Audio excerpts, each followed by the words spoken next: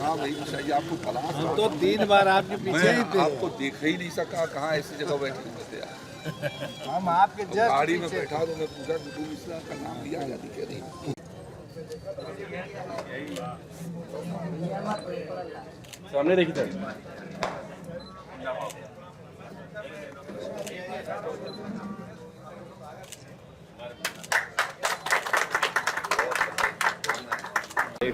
शायद अवेयरनेस नहीं है या किसानों तक ये बात, ये मीडिया का काम भी है अवेयरनेस पैदा करना, और मीडिया जो है चटकार समाचार चलाने के अलावा कि नीतीश कुमार क्या कर रहे हैं और अखिलेश क्या कर रहे हैं, उन फालतू चीज़ों को दिखाने के अलावा जो सार्थक और रचनात्मक चीज़ें उसको कम दिखाती है। तो मैं आजमगढ़ के मीडिया के लोग बहुत अच्छे हैं, उनसे मैं ये कहना चाहूँगा कि ऐसे जगहों पर किसानों को वो भी जागरूक करने में आगे बढ़ें, और जो हमारी गोष्ठियाँ हो रही हैं, डीकम्पोजर वितरित हो रहे हैं या जो फार्मेसी बैंक जा रहे हैं, उसके बारे में प्रचार करेंगे तो और लोगों को भी फायदा मिलेगा, किसान भाइयों को। तो हमारी योजनाओं को इन लोगों तक आप बताते हैं तो आपका बड़ा उपकार होगा, और इस उपकार के लिए मैं आपको आमंत्रित करता हूँ। पराली जलाई जा रही है, उस पर एक्शन भी लिया जाए, किसानों को समझाया भी जाए। नहीं, लेकिन समझने को भी तैयार नहीं। यदि बार बार करेंगे तो एक्शन भी लिया जाएगा, और नहीं मानते हैं तो एक्शन की कार्रवाई भी की जाती है।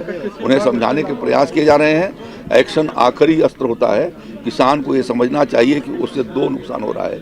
एक, हमारी मिट्टी की गुणवत्ता खराब हो रही है, जो हमारे मित्र कीट हैं उनको नुकसान हो रहे हैं, जिससे कि जो ऑर्गेनिक मैटर और न्यूट्रिएंट्स खेत के भीतर होना चाहिए, पोषक तत्व, वो समाप्त हो रहे हैं। और दूसरा, उससे मानव स्वास्थ्य को खतरा पहुंच रहा है कि उन्हें सांस की बीमारियां और दम घुटने की बीमारियां, फेफड़े की बीमारियां और टीबी को रोके जाने का जो अभियान चल रहा है, वह उस अभियान के भीतर वो सहयोग करें जिससे कि ये सांस की बीमारियों से लोगों को बचाया जा सके। अच्छा सर, लास्ट सवाल भी प्राथमिक वंशों को रखा जाता है, अभाव उनको इलाज का है और राशन का।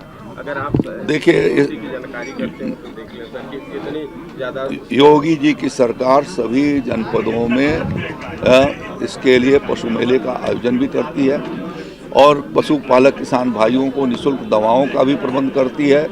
लंपी के बीमारी को रोके जाने के लिए बड़े पैमाने पर 20 लाख से ज़्यादा इस साल और 50 लाख टीकाकरण पिछले साल किया गया था। तो ये हम लोग कोशिश करते हैं, और उसमें किसान हमारे भाई सहयोग करें तभी जा कर के ये पूरा हो सकेगा। उन्हें अच्छे देसी नस्ल के दुधारू गायों को रखे जाने की ज़रूरत है, जिससे कि वो दूध का उत्पादन वो बढ़ा सकें। उत्तर प्रदेश के भीतर पिछले 3-4 वर्षों में जो एक निवेश का वातावरण बना है, औद्योगिक वातावरण बना है, उसमें मदर डेयरी और अमूल जैसी बड़ी बड़ी कंपनियां भी, अभी आनंद डेयरी ने ब्राज़ील के साथ MOU किया थोड़े दिन पहले लखनऊ के भीतर। तो इतना पोटेंशियल है कि यदि वो पशुपालन करेंगे और दूध उत्पादन करेंगे तो उनको बेहतर कीमतें मिल सकेंगी।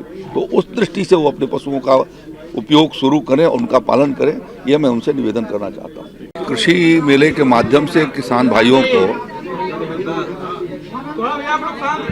शांत हो जाइए, 2 मिनट। कृषि मेले के आयोजन से किसान भाइयों को नई तकनीकी के अनुसार खेती करने का, साथ में कब और कैसे किया जाए उसकी पूरी जानकारी उनको दी जाती है।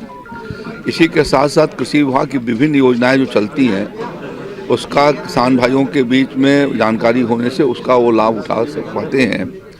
आज ये एक बहुत महत्वपूर्ण दिन था जब भगवान बिरसा मुंडा की, जिन्होंने आज़ादी के भीतर अपनी महत्वपूर्ण भूमिका स्वतंत्रता संग्राम में अदा की, और आदिवासी क्षेत्र से रहने के बाद भी आज़ादी की अलग आदिवासी भाइयों के भीतर और देशवासियों में जगाई। ऐसे भगवान बिरसा मुंडा के जयंती के अवसर पर आदरणीय प्रधानमंत्री नरेंद्र मोदी जी ने प्रधानमंत्री किसान सम्मान निधि की 15वीं किस्त को जारी किया है, और इसके माध्यम से लगभग 11 करोड़ किसान भाइयों को 18,000 करोड़ रुपया उनके खातों में सीधे भेजे गए हैं। इस अवसर पर मैं प्रदेश के और देश के सभी किसान भाइयों को और बहनों को अपनी ओर से बधाई और शुभकामनाएं देता हूं। उसका उत्तर प्रदेश के भीतर 1,75,05,000 किसानों को लगभग 42 100 करोड़ रुपए का सीधा उनके खातों में आज अंतरण हुआ है और इसके माध्यम से किसान भाई इस रबी अभियान को बेहतर तरीके से अपने खाद बीज का ही व्यवस्था करा सकेंगे और अपनी खेती कर सकेंगे। प्रधानमंत्री जी की यह योजना किसानों के लिए बहुत ही महत्वपूर्ण योजना है, जिसके माध्यम से उन्होंने लगभग 11.5 करोड़ किसानों के खातों में 15वीं किस्त तक जो है वो 2,70,000 करोड़ रुपए के करीब की धनराशि उसमें भेजी है। राज्य के भीतर उत्तर प्रदेश राज्य में योगी आदित्यनाथ जी की सरकार के प्रयासों से आज जो उत्तर प्रदेश में 2,62,00,000 किसानों को करीब करीब इसका फ़ायदा पहुंच रहा है और उसके माध्यम से 63,000 करोड़ रुपए की धनराशि अकेले उत्तर प्रदेश को गई है, जो ये किसानों के लिए उनके लिए बहुत महत्वपूर्ण है और ऐसे अवसर पर मैं उनको अपनी ओर से शुभकामना देता हूं। और आज जो कार्यक्रम हुआ है उसके माध्यम से फार्म मशीनरी बैंक जिसके में 15 लाख रुपए तक के कृषि यंत्रों पर हम लोग 12 लाख रुपए का अनुदान प्रदान कर रहे हैं। राज्य के भीतर फार्म मशीनरी बैंक और कस्टम हायरिंग सेंटर को बहुत ज़्यादा प्रोत्साहित किया गया है और लगभग 8,000 लोगों को फार्म मशीनरी बैंक और कस्टम हायरिंग सेंटर से जो हमारे कृषि उत्पादक संगठन हैं, ग्राम पंचायतें हैं, साधन सहकारी समितियां हैं और किसानों की समितियां हैं, उनको लाभान्वित किया गया है। इसी प्रकार से 51,000 किसान भाइयों के खेतों पर अब तक योगी आदित्यनाथ जी की सरकार ने सोलर पंप स्थापित किए हैं, जिस पर लगभग 850 करोड़ रुपया अनुदान के रूप में किसान भाइयों को दिया गया है और उनको एक बहुत बड़ी ये राहत रही है। अभी हम लोगों ने इस बार फैसला ये किया है कि प्रदेश के भीतर हम बाजरे और उड़द की भी खरीदारी करेंगे, धान की खरीदारी के साथ साथ। और अब तक जो है वो लगभग 58,000 मेट्रिक टन से ज़्यादा बाजरे की खरीद भी की गई है 2250 रुपये कुंटल की दर से। 40 जनपदों में हमारे क्रय केंद्र चलाए जा रहे हैं और उनका भुगतान भी त्वरित गति से हफ्ते भर के भीतर किया जा रहा है। और इस तरीके से विविध प्रकार की खेती को किए जाने के लिए राज्य सरकार और भारत सरकार उनको प्रोत्साहित कर रही है और किसान उसके बारे में जाने और उसको अपने खेती में इस्तेमाल करें। मैं आपके माध्यम से किसान भाइयों से अपील करना चाहता हूं कि धान की कटाई के लिए जो ये हम फार्म मशीनरी बैंक और कस्टम हायरिंग सेंटर से जो यंत्र दे रहे हैं उसका वो उपयोग करें। हम लोगों ने 17 लाख डीकम्पोजर किसान भाइयों को बांटे हैं, जहाँ पर धान की खेती करने वाले किसान भाइयों को वो इसलिए दिया है कि किसान पराली न जलाएं और पराली जलाने से पर्यावरण प्रदूषित हो रहा है और लोगों को सांस की और लंग्स की बीमारियां पैदा हो रही हैं। इसके लिए आवश्यक है कि हम उसका प्रयोग खेती के कार्यों में लगाएं।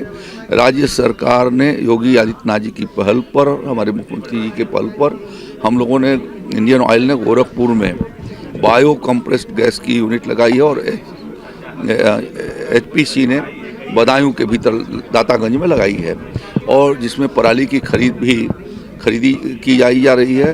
तो यह जो कृषि यंत्र हमने दिए हैं गोरखपुर मंडल में और बरेली मंडल के भीतर, वो किसान भाई पराली का इस्तेमाल अब बायो कंप्रेस्ड गैस बनाए जाने के लिए सब आपूर्ति करके कर रहे हैं और लगभग 8,000 मेट्रिक टन से ज़्यादा बायो कंप्रेस्ड गैस के यूनिट को पराली जो है वो बरेली मंडल से दी जा चुकी है।